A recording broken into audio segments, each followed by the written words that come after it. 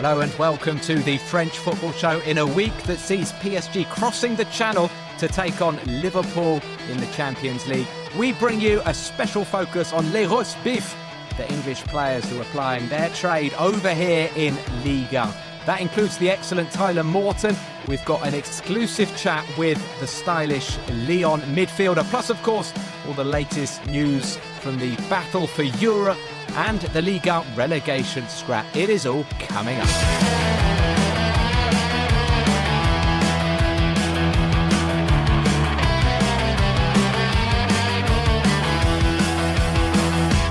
Well, thank you for joining us once again, and I'm delighted to say that we have the broadcaster and the writer Tom Williams, who is joining us, I believe, from a Paris hotel this morning. Tom, how are you doing?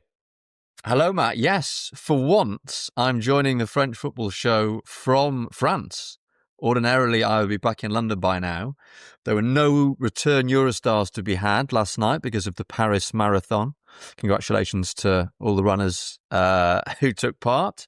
So I'm in Paris this morning. And there are worse places to wake up on a Monday morning, it has to be said. You may have noticed Andy Scott is not with us this morning. We decided to allow Andy to have a little bit of a lie-in because he needed to catch up on some sleep. He was actually in Lyon last night commentating Tyler Morton and Ainsley Maitland-Niles as they took on Lorient. So let's hear from Andy, who had the good grace of giving us a little bit of a report.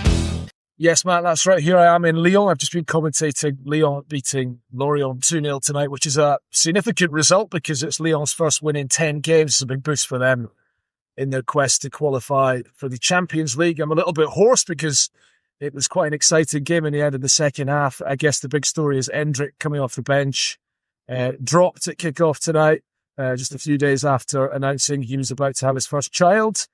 And he made a big impact as a substitute Brazilian, setting up the first goal for Roman Yaremchuk. And then it was his shot that was saved, which led to Corentin Tolisso scoring the second goal for Lyon this evening. So first win for them in 2 months, and they're right back in the mix for a place in the Champions League next season. How they need to get into the Champions League. And looking around this stadium, you really get the sense that this is a club which probably should be in the Champions League. 6 years since they graced that competition. So let's see how they cope at the end of the season. Huge game for them next weekend, of course, away to Paris Saint-Germain in the capital. That's a massive test of their nerve and a massive test of their credentials, really, if they are to have a chance of finishing in the top four. I know you guys are talking about the impact of some of the English players in Ligue 1 this season. You were down here speaking to Tyler Morton recently, and he's obviously been out on the pitch this evening. He's been a regular for Lyon in that central midfield role throughout the campaign. Very calm and composed again, as usual tonight.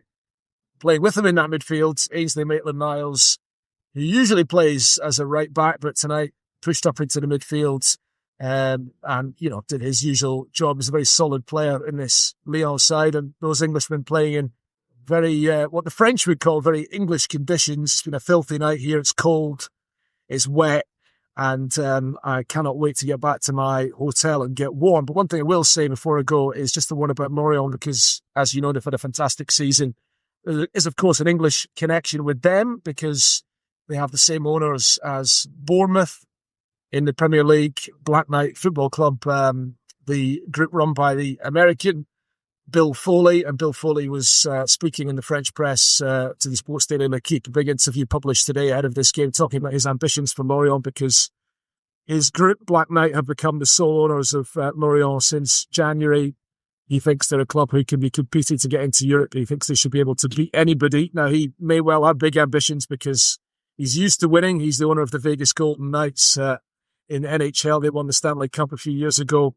I'm not sure that Lorient are about to be competing for the Ligue 1 title anytime soon, but they've had a terrific season. Beaten tonight, but future should be bright for them, albeit, of course, this result tonight coming off the back of the announcement that the coach, Olivier Pontaloni, will be leaving the club at the end of the season when his contract expires. So they've got a big job to try and replace him. So watch this space in terms of that one. But Lyon winning here tonight, I'm off to get warm. See you next time. Well, thank you very much for that, Andy. Yeah, a very important victory for Lyon. They're absolutely still in the thick of this race after their 2-0 victory over Lorient. Marseille also victorious. It's the game everybody wants, really, the home match against Metz, just to build a bit of confidence. And Marseille duly did that. It wasn't a particularly barnstorming or convincing performance, but they won 3-1. Aubameyang, Paixão and Ahmed Traoré getting that third quite late. So it was 2-1 to Metz going into the closing stages a little bit. Sorry, it was 2-1 to Marseille. Thank you, Tom.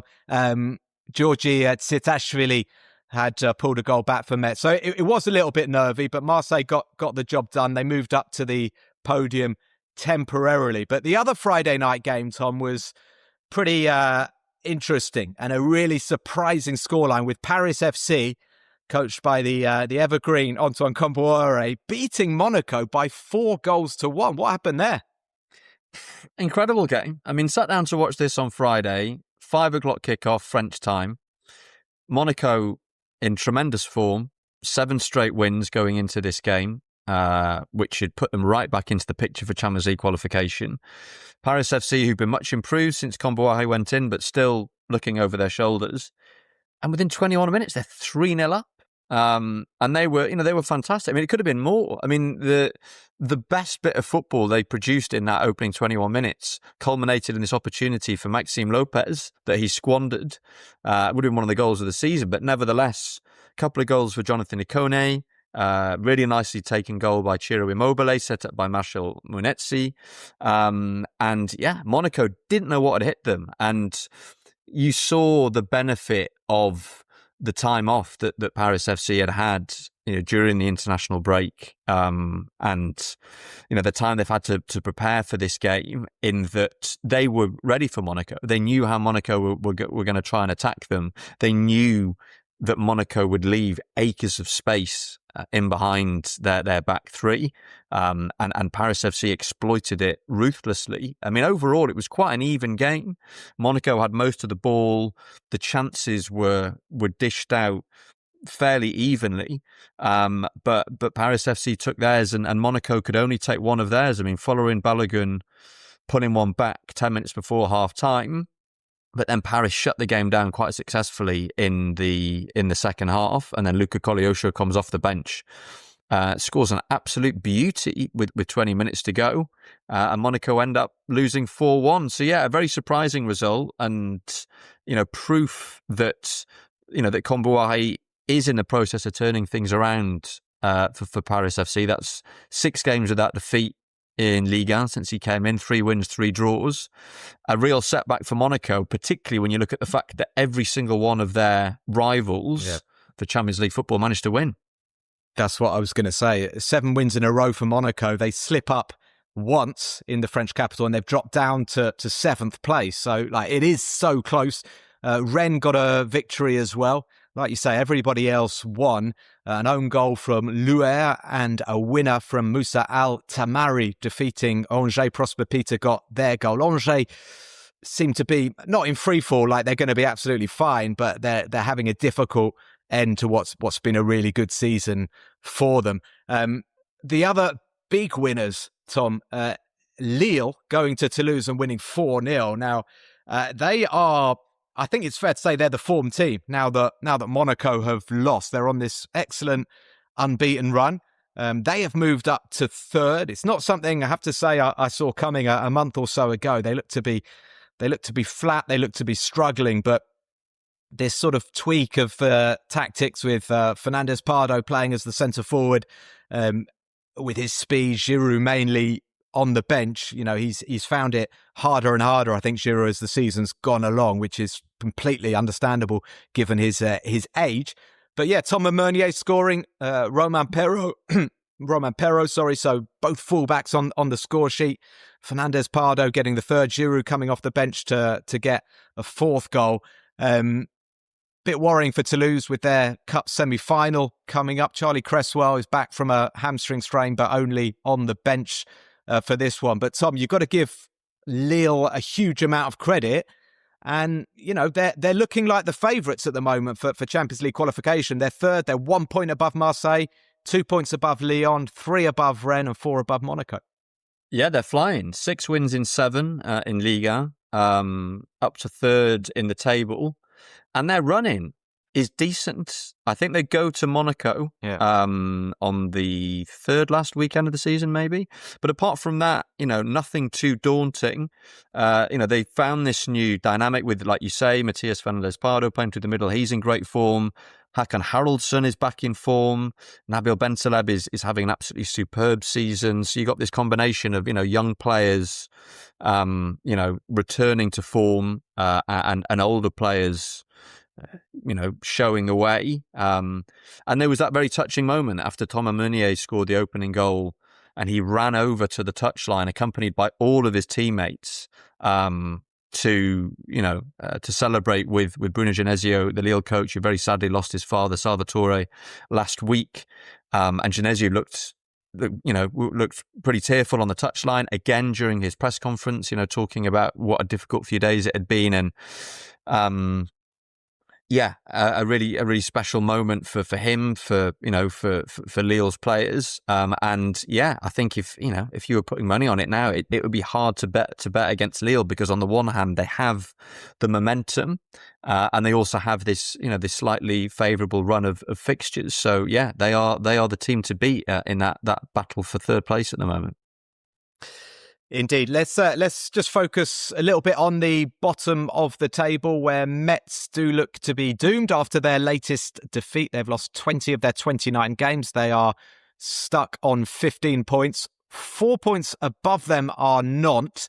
Now, Nantes played against Auxerre, so it was 16th against 17th. Auxerre are 16th in the relegation playoff position, 5 points above Nantes. This was basically, I think, the last chance for Nantes. I think they had to win this to have any chance.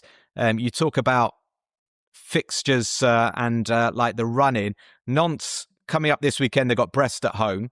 It goes without saying they absolutely have to win that one, having only drawn their game with Auxerre. Listen to this, though, for their run-in. They play away to PSG, away to Rennes, home to Marseille, away to Lens, and then at the end, home to Toulouse. So little bit tricky, but listen, the 0-0 with Auxerre, it wasn't a good game. It was raining. Nantes were probably the better, actually, of the two teams. I think they had more chances, but didn't manage to score. I'm a little bit disappointed with Auxerre, because I kind of looked at that as well, thinking that's the game Auxerre need to win, because they could then close the gap on the teams above them. They could have closed to within 2 points of Nice, but they failed to do that. It was almost like they didn't want to take the risk of allowing Nantes to catch up with them. So they're almost settling for a playoff position and backing themselves to beat a Ligue 2 side. Tom, the other big game as well was the two teams just above Auxerre, Le Havre and Nice. Le Havre took the lead in that game. It was looking quite worrying for Claude Puel's side. Samatta scoring for Le Havre, but Ali Abdi equalising for Nice. It finished 1 apiece. So it's basically as you were. And it's looking, Tom, now, it's not definite, but it is looking like Nice and Le Havre will probably be okay, and Auxerre will go for the playoff. Yeah, I mean, it was hard to come away from that Auxerre-Nantes game and not think that Auxerre have basically decided that 16th place will be good enough. I mean, they had those two early chances through Lassine Sinioko, but as you say, Nantes made most of the running, with the team who needed the result more, and consequently, who did more to try and get the victory, didn't get it. You get the sense that Auxerre, a very solid team, but so many difficulties in front of goal. Kind of feel like 16th would not be a bad outcome. But I mean, Nice, Le Havre aren't completely safe themselves. Nice are on this very troubling dynamic in Ligue 1. The very slight Claude Puel bounce after he came in, but we haven't really seen much of that in the last few weeks. Their fixtures are very tricky as well between now and the end of the season. So there is still a danger that they can get pulled into trouble. But, looking at the way that Auxerre are going, I suspect the bottom three isn't really going to change between now and the end of the season. Nice and Havre will be all right, and Auxerre will take their chances in the relegation playoff, and we will bid farewell once again to Metz, and we will bid farewell to Nantes. They'll be back. Metz will be back. Don't worry. They'll be back. They are le yo-yo club, which actually isn't an expression in French. They say the ascenseur. They're the lift. They go up and down. Just looking at Auxerre's fixtures, they do have Nice at home on the penultimate day. So, they're currently 4 points behind Nice. If they can just get a little bit closer to them, they could maybe overtake them. But Auxerre have got 3 away games in their last 5. They go to Monaco, Lyon and Lille. So pretty tough. That concludes our coverage. I think we've mentioned every game. There were only 7 in round 29. I'm just checking. I haven't missed any. No, we're all good. So that is it from the French Football Show for this week.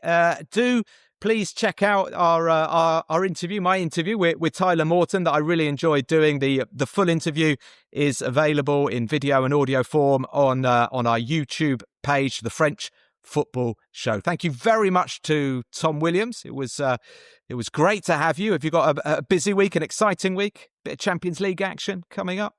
Bit of Champions League action, and then end of the week we'll be gearing up for the big Man City Arsenal showdown on Oh no, that's Sunday. not. Come on. So an interesting few days ahead. Oh dear, you had to remind me about that. Sorry Arsenal. to end on a negative note. It's exciting for the rest of us. If you can try and see it to neutralise. Exactly. It's like I told a friend it was like watching a car crash in slow motion that you kind of know is going to happen, this Arsenal title challenge. But look, I want to keep believing. I'll try to keep believing. Let's see what happens. Tom, it was a pleasure as ever. I look forward to seeing you again next week. Thank you, listeners. We'll be back very soon. Ciao, ciao.